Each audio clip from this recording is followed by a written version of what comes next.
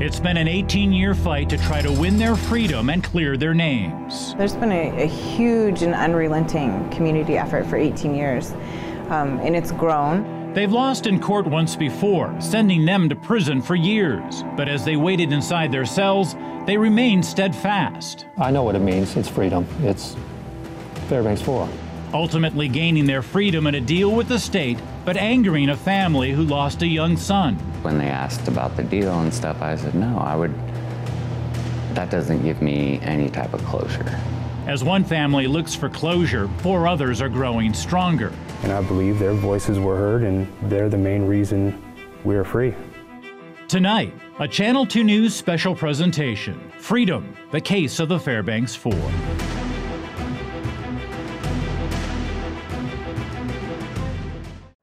They are 4 men tasting freedom for the first time in 18 years. On this night in December, they are reunited with family, friends, and their culture. It's a celebration marking the end of an ordeal that saw them spend nearly half their lives behind prison bars. An ordeal that began here at this lonely street corner on October 11, 1997. The night a 15-year-old boy named Jonathan Hartman was savagely beaten, and the Fairbanks 4 later convicted of his murder.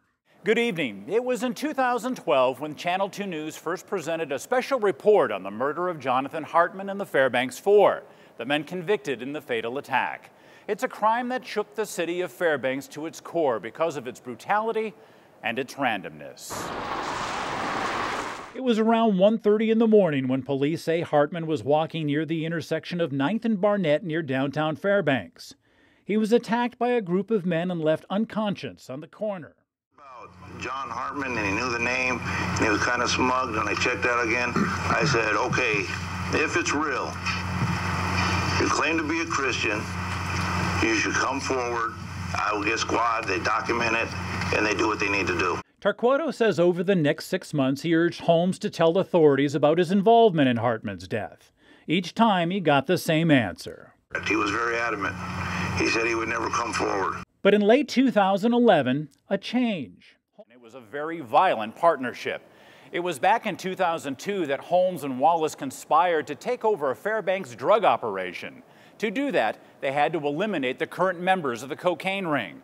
That was the motive behind the double homicide Holmes committed in California. Shot to death Christmas Eve. It was 2 days after Christmas 2002 when police found the bodies of 2 men near the California town of Redding.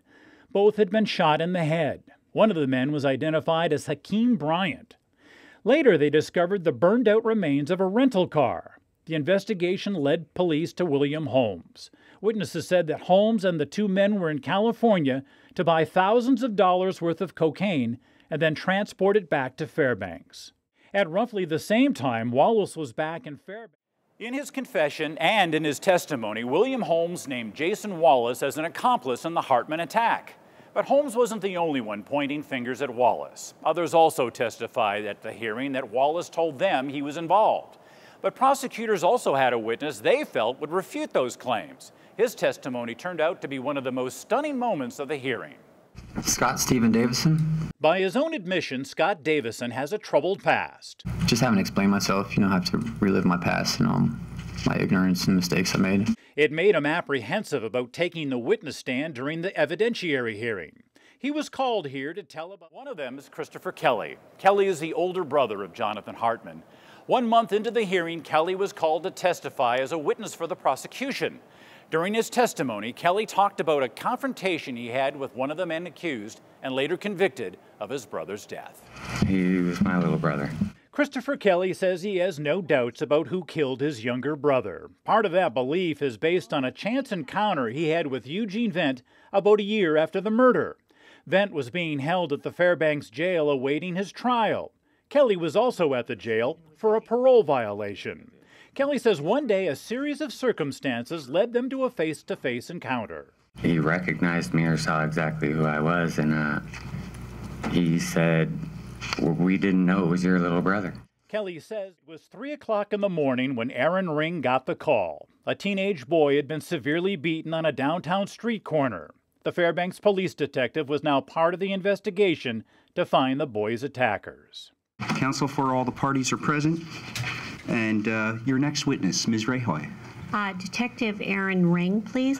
For the better part of 2 days, Ring, who's now retired from the Fairbanks Police Department, faced questions about what he did during the fast-paced investigation. After meeting with superiors, Ring says he headed to the crime scene to begin the search for clues. There were no road grime on them. They weren't frosted. It was fairly cold, and I think it was about 20 degrees, but the pavement and sidewalk were clear. Clear enough to spot a number of items lying. On Friday, October 23rd, Marvin Roberts was scheduled to take the stand. Roberts, who was released from prison several months earlier after being granted parole, would be the final witness to testify for the defense. To set the stage for Roberts, defense attorneys called to the stand an international expert on lie detectors. Dr. David Raskin was not only to answer questions about the reliability of polygraphs, but also talk about the result of a polygraph test he'd given to Marvin Roberts. For 2 hours, the defense went through the resume and accomplishments of Dr. David Raskin.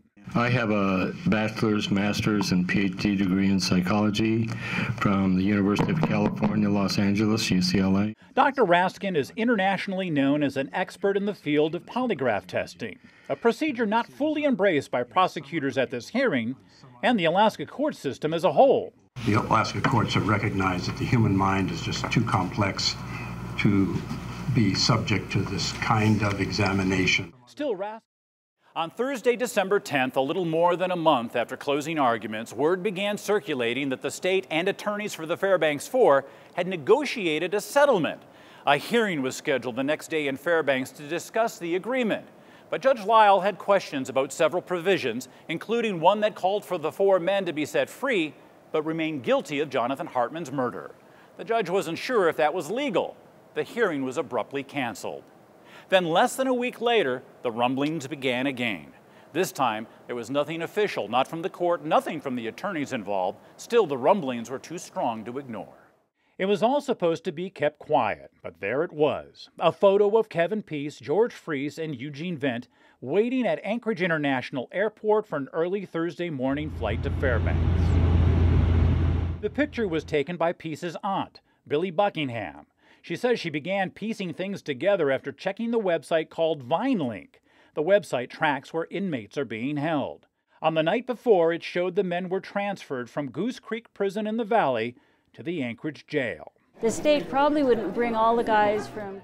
At the very beginning when we filed this thing in 2013, and that was to clear their names and to have them out of prison immediately. For freeing the men, the state also got something in return. The Fairbanks Four agreed to drop their civil suit against the state, claiming prosecutorial misconduct. They also agreed not to sue the state or city of Fairbanks in the future. As for their supporters, they no longer had to remain quiet. And just outside the courtroom doors, where earlier they spent the day anxiously waiting, the celebrating began. After 18 years, the case of the Fairbanks Four was now closed. And all the new technology, the phones. At the time we taped our interview, George Freese and Kevin Peace were enjoying their second month of freedom and still adjusting to their new lives. You have choices to make now. You know, I mean, when you're in jail, you're always told what to do. And now you're free and you're out. And so when I wake up in bed the next day, it's like I have the choice to do whatever I want now. I didn't sleep for like the first week and a half we were out here. I was sleeping on like 4 hours a day for like 10 days. Fell asleep in the middle of a Star Wars 3D, you know. The first movie out here, fell asleep during that. I just sat down and just fell out. I think every moment that we're out, I think we're in the moment so much, you know, like we don't want to miss nothing. All your senses and awareness is all heightened. You're just looking at everything, you know. Facebook, I got on Facebook really early. That's, you know, that's an addiction in itself. I got my license, so I'm driving now, so I'm getting used to doing that. But most important for both men is getting reacquainted with their families. Seeing my family's huge now. You know, it's just one day at a time. Another adjustment are the new people in their lives, many of whom fought hard for their release from prison. Everything is good, everything's been positive, so much support from people, you know.